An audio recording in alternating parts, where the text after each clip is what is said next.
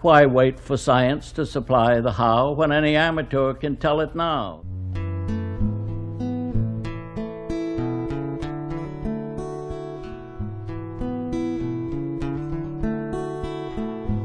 It's hard to put into words what's so great about somebody else's words because you fail. You can't describe it as well as just going to the source and looking at the original material.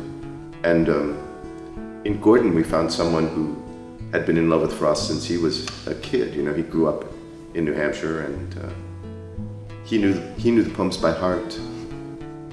He knows the poems that aren't even in the play by heart. You know, yesterday we were doing a thing at Dartmouth, and Andy asked him. He said, "Do this other poem that's not in the play," and Gordon just did it. He has an encyclopedic knowledge of the man and an affection for him. When I walked into the theater the other day and I saw them working on the set, a line came into my head that is one of my favorite lines of Robert Frost. It's a line in one of his cruelest poems. The poem is called Out Out. And the line is, "From there, those who lifted eyes could count 5 mountain ranges, one behind the other, under the sunset, far into Vermont."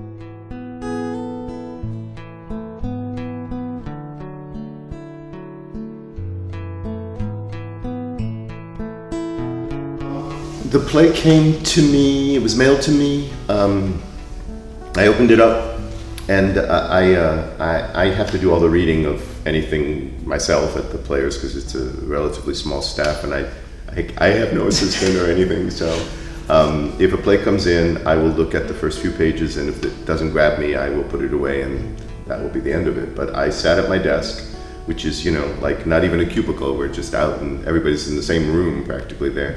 And I read the whole thing straight through, and I was so moved by it because of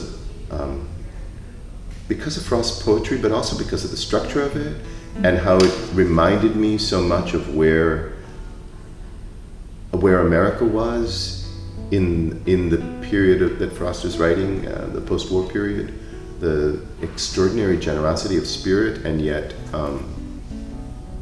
austere, it's almost an austere generosity of spirit, which that was what moved me most. I thought people need to hear these words again because this is so my country, and so much of it has been lost.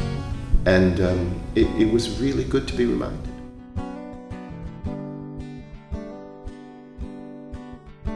Some say the world will end in fire, some say in ice. From what I've tasted of desire, I hold with those who favor fire. But if it had to perish twice, I think I know enough of hate to say that for destruction ice is also great and would suffice.